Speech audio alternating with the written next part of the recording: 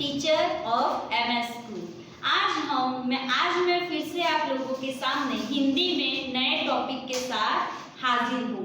आज हम व्याकरण में संज्ञा के बारे में जानकारी प्राप्त करने वाले हैं। संज्ञा किसे कहते हैं, उसकी परिभाषा, उसके प्रकार के बारे में आज हम जानकारी प्राप्त करेंगे। पहले तो संज्ञा किसे कहते हैं? संज्ञा यानी कि किसी वस्तु, व्यक्ति, स्थान या भाव को संज्ञा कहते हैं। किसी वस्तु यानी कोई भी निर्जीव वस्तु ले लो आप, आपके आसपास रही कोई भी निर्जीव वस्तु आप ले सकते हो, चाहे वो बेंच हो, कुर्सी हो, खिड़की हो, बॉटल हो, कुछ भी। व्यक्ति यानी फेमस व्यक्ति से लेकर लो क्लास, मिडिल क्लास व्यक्ति से लेकर एकदम कॉमन मैन, कोई भी व्यक्ति का आप नाम ले सकते हो। स्थान यानी कोई भी शहर, गांव, कोई भी शहर का नाम ले लो आप, अहमदाबाद हो, बड़ोदरा हो, कोई भी शहर का नाम ले लो, तो जो स्थान का भाव कराता है वो भी संज्ञा है।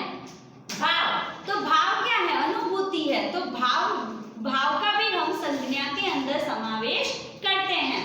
तो संज्ञा की डेफिनेशन से हमें पता चलता है कि पृथ्वी पर पैदा होने वाली हर एक वस्तु का हमने नाम दिया हुआ है, और वो सभी नाम दिए हुए हैं, यानी सभी जितनी भी वस्तु है, व्यक्ति है, पहाड़ है, नदी है, कोई भी चीज हो, तो वो क्या किसका निर्देश करता है? संज्ञा का। यानी संज्ञा का दूसरा मतलब क्या हुआ?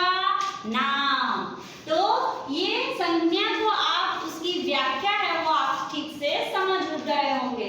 तो अब हम संज्ञा के प्रकार के बारे में जानकारी प्राप्त करते हैं। तो संज्ञा के वैसे तो मूलतः 3 प्रकार है। कितने प्रकार हैं? 3।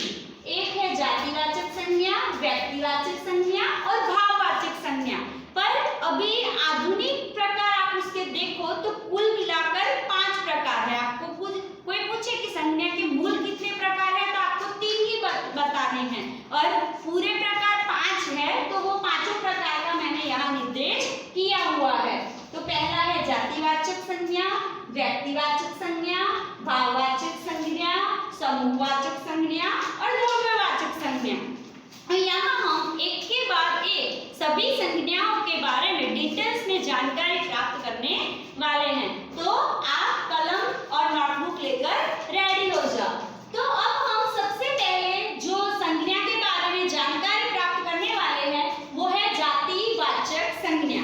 तो जातिवाचक संज्ञा, उसी में उसकी डेफिनेशन आ जाती है। क्या हुआ कि जाति यानी क्या होता है? समुदाय, पूरी एक जाति, एक जुट, तो उसे बोलते हैं जातिवाचक। तो जातिवाचक संज्ञा की डेफिनेशन क्या है कि जो शब्द संपूर्ण जाति का बोध कराते हैं उसे हम जातिवाचक संज्ञा कहते हैं। पूरी जाति का मीनिंग क्या है? यहाँ मैंने कुछ जातिवाचक संज्ञाओं का नाम लिखा है कि जैसे कि मानव, नदी, गाय, शहर, पहाड़, कोई भी पंछी, तो आदि जो है वो जातिवाचक संज्ञा का निर्देश करते हैं। जैसे कि मानव, तो यहाँ कौन सा मानव, ऐसा निर्देश नहीं किया, उसका नाम नहीं लिखा, पूरी मानव जाति को लागू होता है।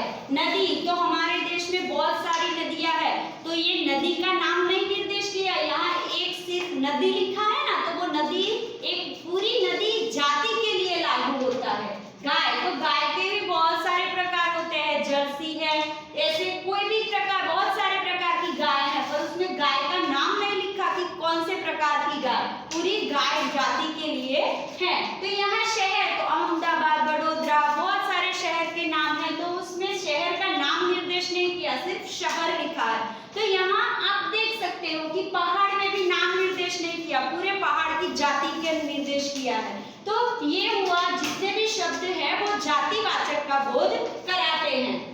अब मैंने यहाँ कुछ एग्जाम्पल लिखे हैं कि हमारे देश के सैनिक बहादुर है, यानी कि यहाँ पर आप देख सकते हो कि जो सैनिक है ना वो जाति का निर्देश करता है। सैनिक, कौन सा सैनिक, यहाँ नाम नहीं लिखा, पूरी जाति के लिए है कि हमारे देश के जो सैनिक है ना वो बहुत बहादुर होते हैं, कोई एक सैनिक के लिए नहीं, सभी सैनिकों के लिए है। तो यहाँ दूसरा सेंटेंस है, नदी को लोक माता कहते हैं। तो नदी बहुत सारी है, गंगा, यमुना, गोदावरी, सरस्वती, के जाति के लिए है, क्योंकि नदी हमें बहुत उपयोगी है। उससे किसान लोग खेती भी करते हैं और पीने का पानी भी हम पीते हैं। फिर आगे है तीसरा एग्जाम्पल, कुत्ता वफादार प्राणी है। तो यहाँ कुत्ता है वो पूरी जाति का निर्देश करता है, यानी कुत्ता है वो जाति का निर्देश करता है, यानी कि कुत्ते जितने भी होते हैं वो पूरी जाति है कुत्तों की, वो वफादार होती है, वैसा वो निर्देश करता है। यहाँ चौथा है कि हमें पेड़ को नहीं काटना चाहिए। यहाँ एक पेड़ नहीं लिखा, नीम का पेड़ या कोई आम का पेड़, ऐसा नहीं बोला। यहाँ पूरी पेड़ जाति के लिए कि हमें पेड़ को काटना नहीं चाहिए। तो यहाँ आप देख सकते हो कि आपको समझ में आ गया होगा कि जातिवाचक संज्ञा किसे कहते हैं। अब हम आगे जाते हैं व्यक्तिवाचक संज्ञा की तरफ। व्यक्तिवाचक संज्ञा तो किसी खास व्यक्ति, प्राणी या स्थान को सूचित कराने वाली संज्ञा को व्यक्तिवाचक संज्ञा कहते हैं। यहाँ किसी खास व्यक्ति यानी कोई भी महान व्यक्ति का हम नाम ले, जैसे कि एपीजे अब्दुल कलाम है, महात्मा गांधी है, सरदार पटेल है, जब उसका कोई भी वाक्य के अंदर हम इसका नाम लिखते हैं ना उनका, तो वो व्यक्तिवाचक हो जाता है। यहाँ कोई प्राणी है, कोई एक प्राणी का आप नाम ले लो कि हम भी एक प्राणी में ही आते हैं। तो कई फेमस जो पक्षी होते हैं, कई मोर होते हैं, कि जैसे कि कोई अन्य प्राणी है तो उसके नाम होते हैं। हमारे घर में हम कुत्ते पालते हैं तो उनका हम नाम रखते हैं, तो हम बोलते हैं, जैसे कि मेरे घर भी 2 कुत्ते हैं, तो उसमें से मैं एक बोलूं कि जैनी बहुत वफादार है, तो यहाँ मैंने पूरी प्राणी के लिए नहीं बोला, मेरे अकेले कुत्ते के लिए मैंने बोला, वहाँ जैनी क्या हुआ, वो व्यक्तिवाचक हुआ। यहाँ स्थान को सूचित करना यानी क्या, स्थान यानी कोई भी गांव हो, शहर हो या कोई भी स्थान आप ले सकते हो, कोई देश का नाम हो, खंड का नाम हो, वह स्थान में आप ले सकते हो। यहाँ आप स्थान का निर्देश करोगे ना जब व्यक्तिवाचक के नाम तौर पर, तो वहाँ अहमदाबाद, बड़ोदरा, गांधीनगर, ईडर, बायड ऐसे आप नाम दोगे। तो ये जो भी मैंने नाम लिए स्थान के, वो व्यक्तिवाचक में आते हैं।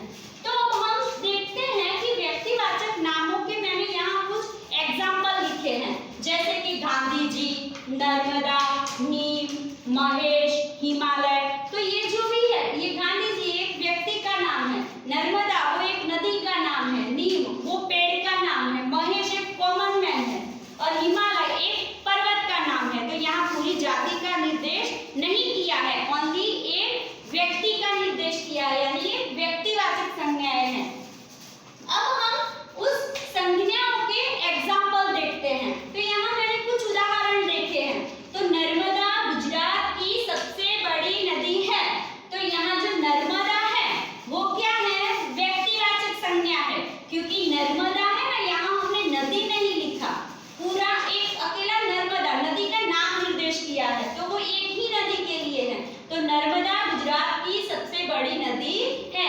आपको छात्रों ये खास ध्यान रखना है कि ऊपर दी गई हुई सूचना को आपको पढ़ना है कि ऊपर क्या मांगा है। यदि ऊपर ऐसे लिखा है कि निम्नलिखित वाक्यों में से व्यक्तिवाचक संज्ञा छांटकर लिखिए, तो आपको सिर्फ व्यक्तिवाचक को ही छांटकर लिखना है। पर आप फिर क्या करते हो, नदी को देखते हो, नदी क्या है, जातिवाचक है यहाँ पर, तो वो गलत हुआ ना, ऊपर क्या मांगा है, व्यक्तिवाचक। तो नर्मदा क्या है, व्यक्तिवाचक है, और नदी है वो जातिवाचक है। चीज समझ में आ रही है ना। पहले ऊपर लिखी हुई सूचना को ध्यान से पढ़ना है, फिर आपको तय करना है कि मांगा क्या है।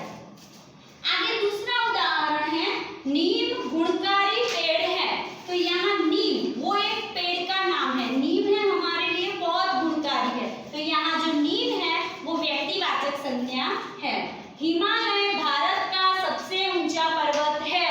तो यहाँ जो हिमालय है वो व्यक्तिवाचक संज्ञा है, क्योंकि यहाँ बहुत सारे पर्वत होते हैं, पर हमने सभी पर्वतों के लिए ये वाक्य नहीं लिखा, ये सिर्फ हिमालय के लिए लिखा है। तो हिमालय वो भारत का सबसे ऊंचा पर्वत है। अब मैंने चौथा सेंटेंस लिखा है, सुहानी पढ़ाई कर रही है। तो यहाँ सुहानी जो है वो एक लड़की है। अब सुहानी एक लड़की है, यानी क्या हुआ कि हमें सुहानी एक लड़की का नाम है, यहाँ सभी लड़कियों के लिए नहीं लिया है, सिर्फ सुहानी के लिए लिया है। तो ये जो यहाँ